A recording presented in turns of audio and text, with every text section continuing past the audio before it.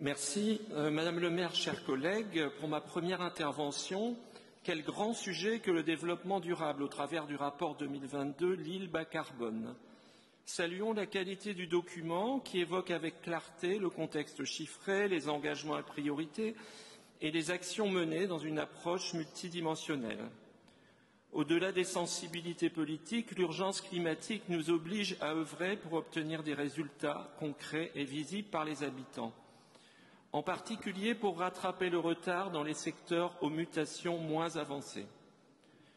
Prenons l'exemple d'un de ces secteurs un peu délaissés qui ne sont ni des cœurs de quartier ni des sites emblématiques, mais concentrent nombre de défis climatiques et environnementaux, proches de grands axes et de leurs nuisances, mais quelque peu oubliés. Procéder ainsi, ce n'est pas prendre le problème par le petit bout de la lorgnette, mais s'assurer que les grandes priorités irriguent bien l'ensemble des territoires, dont certains sont vraiment en situation d'urgence écologique.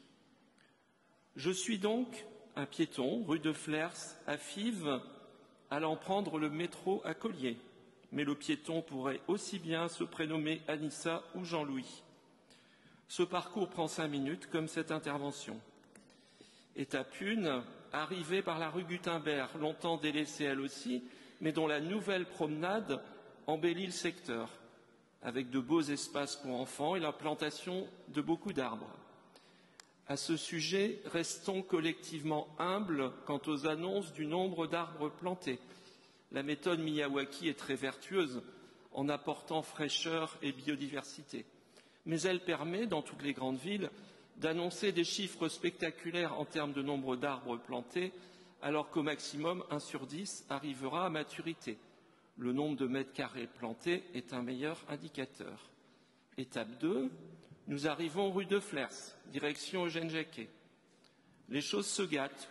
Il y a des arbres en nombre significatif, mais nombre d'entre eux sont engoncés dans un parking au revêtement bien imperméable. Le piéton est moyennement servi. Trottoirs pas toujours réguliers, certains en pavé rouge classique à Lille et glissant en cas de gel, d'autres en bitume avec beaucoup de creux. Des gouttières d'une résidence LMH assez récente voient couler leur eau directement sur le trottoir. Pour les cyclistes, c'est pire. Cet endroit semble concourir au Guinness de la bande cyclable la plus étroite au monde. Enfin, des portions de chaussée si dégradées que la mention « trou en formation » sur les pancartes peut être remplacée par « trou en formation permanente ». Étape 3, le clou négatif de cette balade. Bienvenue dans les années 70-80, dans ce qu'elles ont eu de pire. C'est le franchissement de la voie rapide urbaine, avec son demi-échangeur, un des endroits les plus pollués de l'île et les plus inconfortables pour les mobilités douces. À ma droite, un espace d'une vingtaine d'arbres, complètement délaissé, jamais nettoyé, même le World Clean-up Day n'y met jamais les pieds. On ne sait pas à cet angle si c'est encore la rue ou le début de la bretelle d'accès, est-ce la ville ou la Melle. On aperçoit aussi l'arrière de la cité Saint-Maurice, bâtiment appartenant à Parthénor, offrant une façade arrière meurtrie et ouverte à tous les vents. Le pont lui-même, une fournaise l'été, trou noir la nuit. Éclairage absent au-dessus et éteint sur la VRU. Un espace de type autoroutier, dangereux pour les cyclistes avec des îlots centraux obsolètes. Et côté gauche, la fameuse dalle de Fives, typique d'une époque de développement non durable, mais que l'on a osé qualifier de Ponte Vecchio de Lille. Pour parfaire ce tableau bien peu esthétique et végétal, le chantier de l'ancien immeuble de la CAF, désossé pour devenir une résidence étudiante, une vraie nécessité, mais il lui faut un environnement agréable ou au moins acceptable. Pour résumer l'endroit, paraphrasons Rem Koolhaas, un chaos urbain même pas théorisé. Ou pour évoquer cette assemblée, je dirais qu'à cet endroit, l'île n'est pas verte, ce n'est pas un espace commun, durable et solidaire, et il est difficile d'y faire respirer l'île.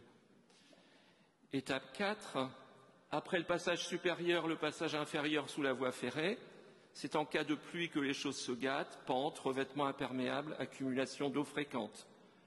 Le partage de l'espace est à revoir entièrement, actuellement 3 voies larges pour les voitures.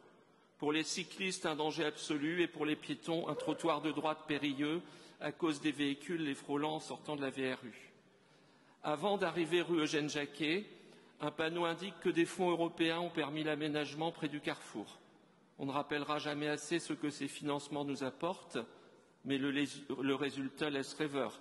Marquage rouge d'une pseudo-bande cyclable sur 10 mètres, laissant également perplexe l'automobiliste qui dispose d'une voie et demie.